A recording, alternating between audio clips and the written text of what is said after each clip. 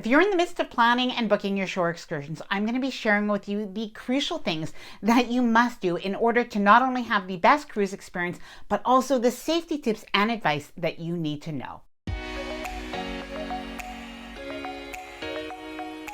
Hi there, I'm Ilana from the website lifewellcruise.com. Welcome back to my channel. Now this video is a little bit of a follow-up to a video that I made all about cruise port scams, mistakes, and watch-outs that you really need to be aware of when you are in cruise ports and on excursions. However, I really felt that it needed a little bit of a part two. There was even something that happened to me on a recent cruise that I did want to share with you. Now, before I get started, I did want to mention that if you like this video, if you find it helpful, informative, or enjoyable in any way, then please do give the video a big thumbs up. I really do appreciate it. And of course, please subscribe to the channel if you haven't done so already. Okay, let's get started. So even though when I was researching this, I have quite a long list of things that I could share with you, I'm going to narrow this down to 10 things that we'll go over in this video. Now, the first thing that you need to know is really about researching your shore excursion. And I do think a lot of people go wrong here, including myself. Now, so when you are researching your cruise excursion, especially if you are booking with a cruise line, I think a lot of us are doing this now, our options are a little bit limited. However, one thing to really note is not only the time of your excursion, how many hours it is, it might be usually typically about 4 hours long, is about the average half-day excursion, and sometimes you have longer excursions as well. But what you'll want to do is take a look at how long are you in the area that you really want to go to. So if you're going to a beach, how long will you be there? Sometimes the time at the beach is only an hour or an hour and a half, and the rest of the time is really your transportation to and from. And this is something that did happen to me on a recent excursion, and really, even though I did read it and I was aware of it, well, I guess I really wasn't aware of the detail, and I will explain something I could have done to have a better understanding of it. So basically what I did is I booked an excursion to Virgin Gorda when I was in Tortola. It's somewhere I always wanted to go, so I don't really regret it. So something that I guess I didn't fully realize was the fact that when we did do this excursion from Tortola, we would have to go to a different island, which is Virgin Gorda. And what we would have to do is take a boat to get there. Now, I was aware of it, but I sort of thought it'd be a relaxing boat ride. I was thinking like a catamaran or something that would be just really nice and part of the excursion, but it really ended up being very transportation orientated. It wasn't the best boat experience. These seas were very rocky, and I came to find out that oftentimes those seas can be very rocky. Once we got to the other island in Virgin Gorda, we had to wait to get onto a safari type bus where we were crowded on. That we finally got to the Bass, which was the area where we were going to go to the beach, and we had a long hike down that we were really aware of. But the fact is, we didn't spend a lot of time on the beach. We probably had altogether, including the walking time down to the beach, about an hour and a half. And that really probably, if I would have thought about it, I maybe would have chosen a different excursion. I wanted a beach day. There were other beaches that are supposed to be just beautiful. One of them is Joost van Dyke. I think it's pronounced that way. If I didn't pronounce it properly, let me know down in the comments below. But that maybe would have been a better excursion for us, considering that that day we really did want a beach day. So anyway, that is something just to mention. Take a look at that. And what I could have done is really read reviews and taken a look at the videos on YouTube. Can't believe I didn't think of that, but that is something that I could have done. Number two, something super important is you always want to avoid being pickpocketed when you are in a cruise port of call. And this can happen, of course, in Caribbean cruise ports, but it can also happen in some major cities where this is a little bit more common. And in particular, maybe if you're on a Mediterranean cruise, this is something to really watch out for. So something that you might want to do is actually have sort of a theft-proof handbag. If you are touring and bringing a handbag, or you can have a backpack that is also sort of theft-proof and the zippers are on the interior. You can even do something really simple like wearing your backpack backwards. Or of course, another tip is if you are a man, keep your wallet in your front pockets. I know that's a pretty common thing that's said, but really you do want to do that. Or even have pockets that have a little button. Make it as hard as possible for anybody to steal any items, and just be really hyper aware. Even if you're a lady and you're carrying a purse, carry it forward where you can have your hand on the zipper area. Just be very cautious.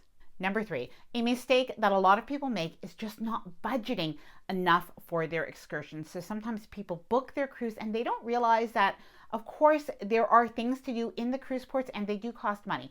So it is a good rule of thumb to estimate that you will probably need about $50 to $100 per person per cruise port for a shore excursion. Now, it could be a little bit more and it could be a little less, and there are definitely ways that you can save money. There are some cruise ports that when you do research, you could go off on your own and take a taxi for as little as $5 to $10 a person to a local beach.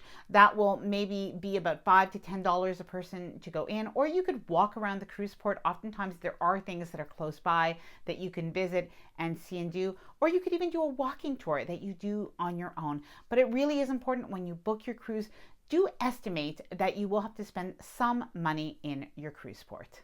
Number 4. Now, I love this very practical tip, and this tip actually doesn't come from me. It comes from the comments below my video, so somebody did share it with me. Thank you.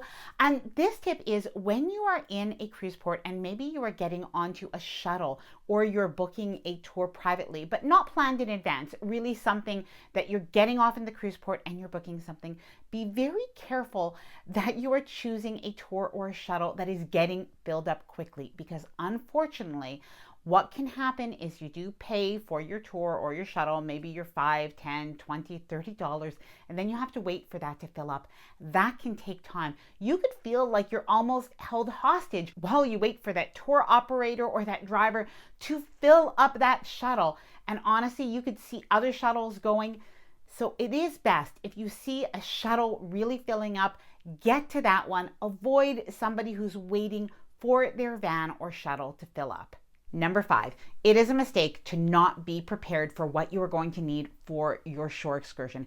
And just like when you book a cruise line excursion, you will see the details of your transportation, your time that you will be at the beach, etc. You're also going to see a list of things that you need. So don't negate to look at that fine print. So it may say that you need to have shoes that can get wet. That usually means you are going to be wading through the water. Maybe you're taking a kayak trip, or maybe you're doing a sea-doo excursion. There are different reasons that you might need that. It might say to bring closed-toe shoes. It might say to bring a towel, to bring water bottles, to bring cash for food and drinks. So those are all things to be aware of. And again, you could always take a look at the reviews. I like to take a look at reviews, usually on Cruise Critic is one place.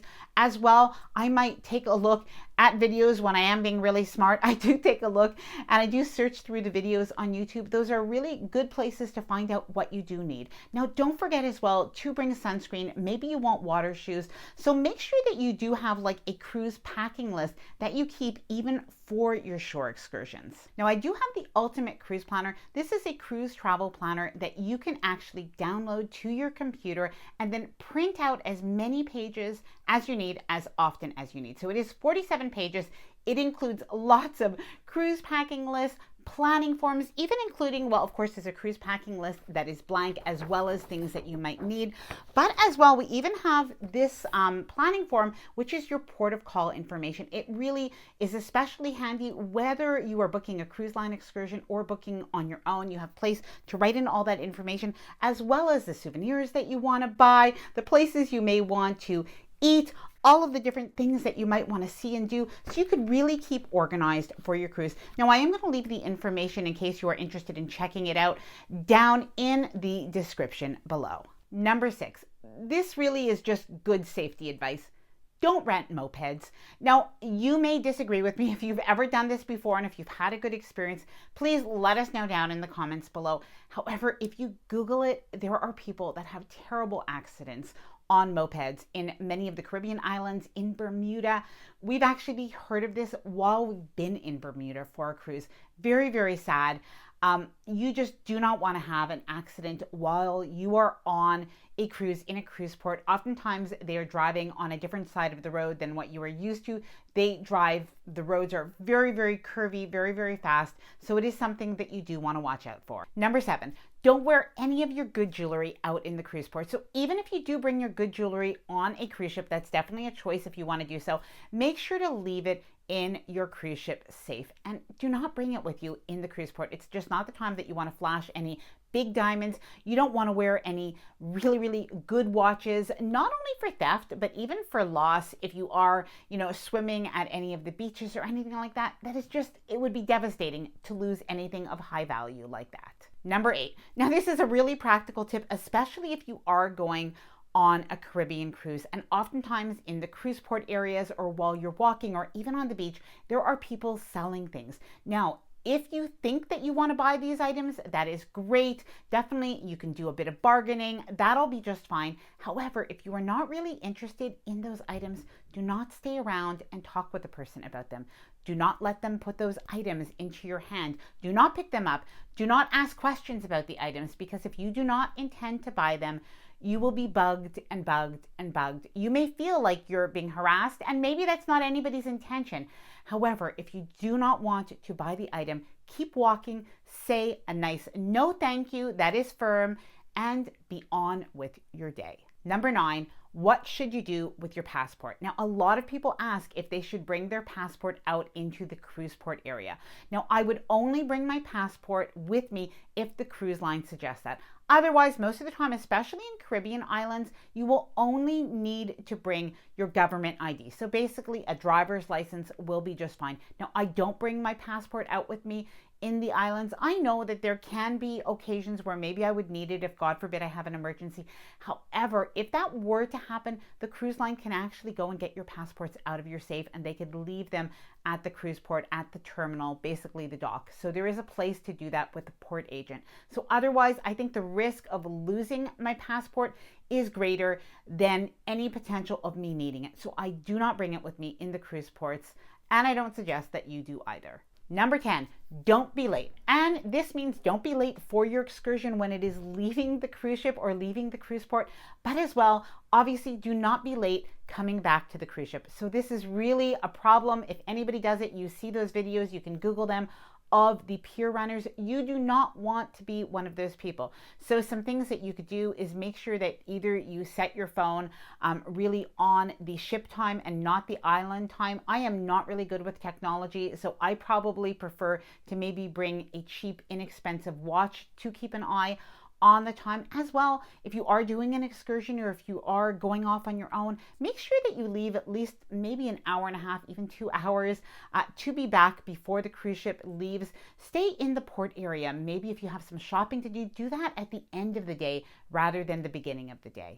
And one other thing that I do is I actually take a photo of the all aboard time. As we're leaving the cruise ship, oftentimes there is a sign saying when we have to be all aboard, not the set sail time, the really all aboard time. I take a photo of that as well in case I do forget or I question myself on it. Then I have a photo of that on my phone, and I can relax throughout my day. Now, I'm going to leave the information down in the description below about the Ultimate Cruise Planner, and this is a downloadable, printable cruise planner, and you can print out as many pages as you like. And again, that's going to be in the description below in case you do want to check that out. Now, I'd love to know from you any cruise port mistakes that you've ever made, anything that you think that people should be aware of for cruise line excursions, or even going off on your own. Please let me know down in the comments below this video. Now, I hope that you enjoyed this video. I'm going to leave a video right after this one, the one that I did talk about earlier, all about cruise port mistakes and scams that you absolutely want to avoid. So make sure to watch that next if you haven't seen it already. Thanks so much for watching the video. If you enjoyed it, please give it a big thumbs up. I do appreciate it.